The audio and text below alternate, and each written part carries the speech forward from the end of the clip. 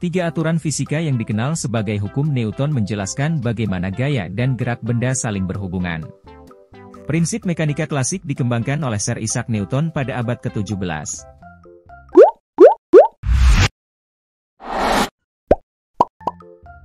Hukum Newton 1, Hukum Inersia. Suatu benda akan tetap dalam keadaan diam atau bergerak lurus beraturan dengan kecepatan konstan jika tidak ada gaya total yang bekerja padanya. Rumus F sama dengan 0, di mana F adalah resultan gaya yang bekerja pada benda. Contoh.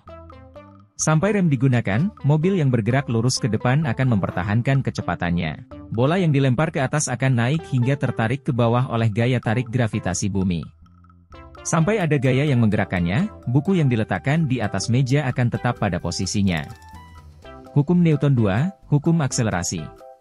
Percepatan suatu benda berbanding terbalik dengan masanya dan berhubungan langsung dengan gaya yang diberikan padanya. Rumus F sama dengan M dikali A, di mana F adalah resultan gaya yang bekerja pada benda. M adalah massa benda. Contoh, mobil bergerak semakin cepat semakin keras kita mendorongnya.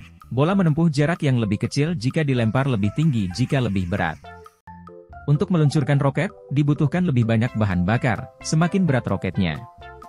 Hukum Newton 3, Hukum Aksi-Reaksi. Ketika suatu benda memberikan gaya pada benda lain, benda kedua akan memberikan gaya yang sama besar tetapi berlawanan arah pada benda pertama. Rumus Fa sama dengan minus Fb, di mana Fa adalah gaya aksi yang bekerja pada benda A dan Fb adalah gaya reaksi yang bekerja pada benda B.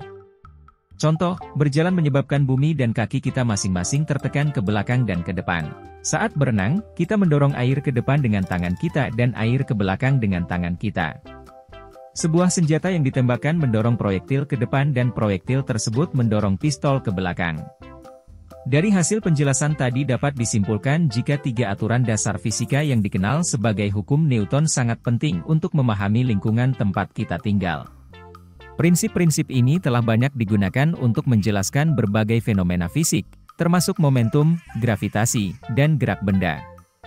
Ada beberapa kegunaan praktis prinsip Newton dalam olahraga, transportasi, dan konstruksi.